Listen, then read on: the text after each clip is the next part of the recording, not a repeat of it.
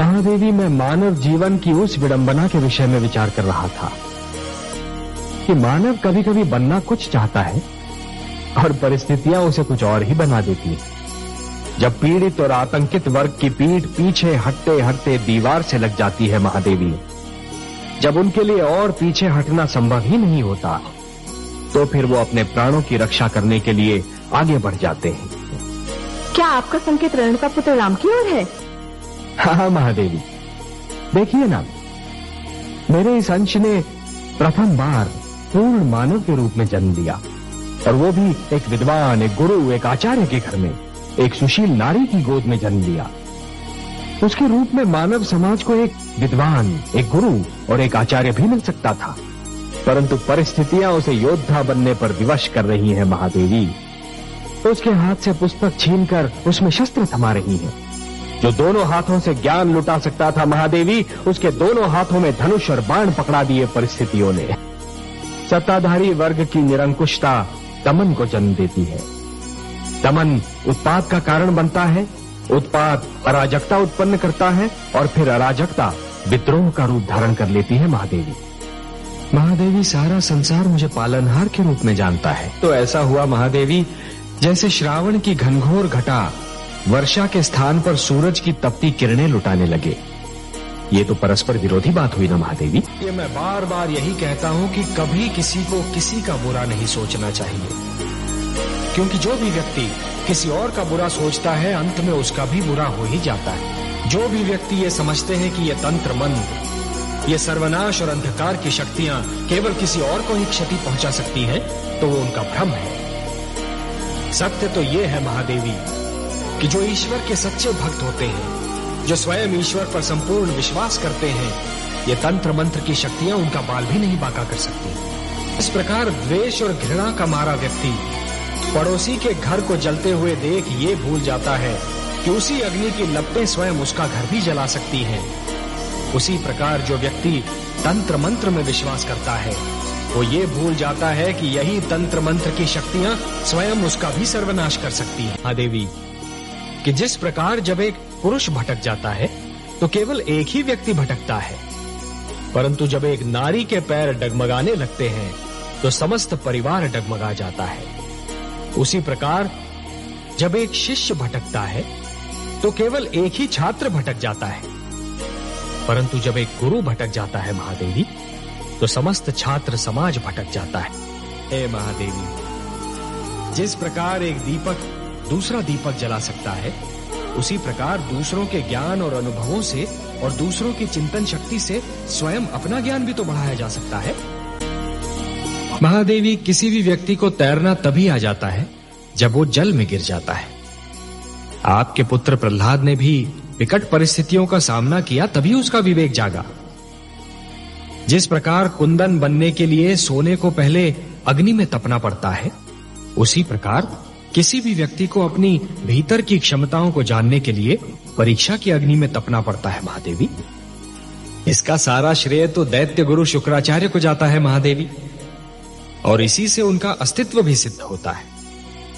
मैंने आपसे कहा था ना कि दैत्य गुरु शुक्राचार्य बाहर से दिखने में कितने ही स्वार्थी और दुर्गुणी क्यों न दिखाई दें, परंतु भीतर से ज्ञान का भंडार है। नीति शास्त्र में आज भी उनके समक्ष कोई नहीं ठहर सकता। ये तो उन्हीं की शिक्षा का फल है महादेवी, जो आपका पुत्र प्रहलाद राजा का दायित्व निभा पाया। महादेवी, जिस प्रकार एक कृषक लहराते हुए खेत को देखकर प्रसन्न तो हो जाता है, परंतु उसके मन में एक आशंका रहती है कि क्या अगले वर्ष भी खेती यूं ही लहराएगी या सूखी रह जाएगी। मेरे मन में भी यही आशंका है महादेवी कि प्रहलाद की बनाई हुई परंपरा उसकी अगली पीढ़ियों तक बनी रहेगी या नहीं। हाँ, मेरा पौत्र विरोचन अब युवा होने वाला है। देखते हैं वो अपने पिता से कौन से गुण प्राप्त करता है। प्रहलाद की एक परीक्षा ये भी होगी कि जिन आसुरी प्रवृत्तियों को उसने बदल दिया, क्या वो उन्हें दोबारा उभरने से रोक पाता है।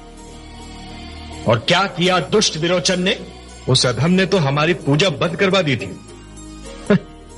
आप तो देवता हैं, आपको तो यह ज्ञात होना चाहिए देवराजेंद्र कि पूजा किसी के प्रति स्नेह और श्रद्धा की ऐसी भावना है जो यदि मन में जन्म ले तो कोई उसे दबा नहीं सकता, परंतु यदि मन में जन्म ना ले तो कोई उसे उत्पन्न भी नहीं कर सकता।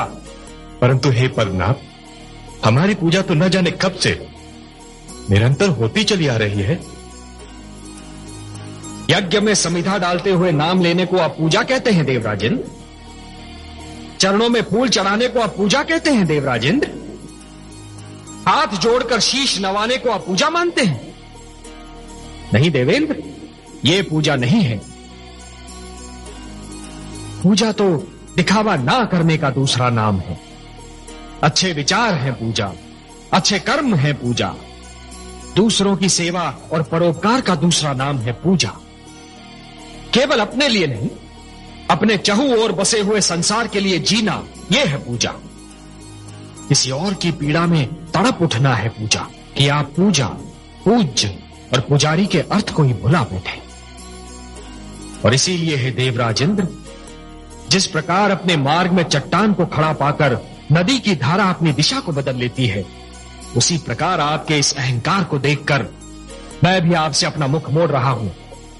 हाँ महादेवी, निस्संदेह ये निर्णय बहुत कठिन होगा, परंतु ये एक अवसर भी तो है पुत्र प्रहलाद के लिए ये जानने का कि पिता प्रहलाद और राजा प्रहलाद दो भिन्न भिन्न व्यक्तित्व हैं।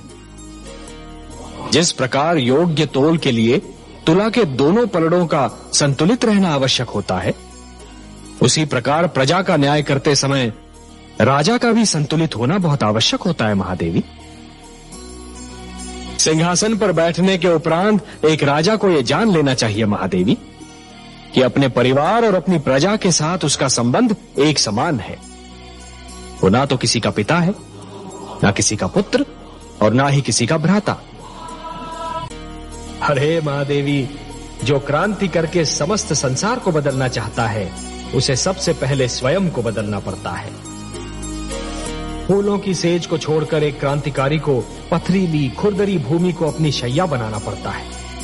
राजभवन का सुखद जीवन भूलकर कांटों की राह पर चलना पड़ता है। क्रांति की पहली मांग है त्याग, और त्याग की पहली मांग है सहनशीलता। हे देवर्षि, जिस प्रकार यदि कोई व्यक्ति उधार लिए हुए धन को यदि अपनी संपत्ति मानेगा तो बहुत शीघ्र कंगाल हो जाएगा, यही तो विधि का विधान है महादेवी। जो दूसरे को दुख देकर हंसता है, होनी उसे दुख देकर 100 बार रुलाती है। इसलिए दूसरों को दुख देने से पहले इतना अवश्य सोच लेना चाहिए कि यदि इसी दुख का वज्र अपने सिर पर गिरे तो क्या होगा। महादेवी, जिस प्रकार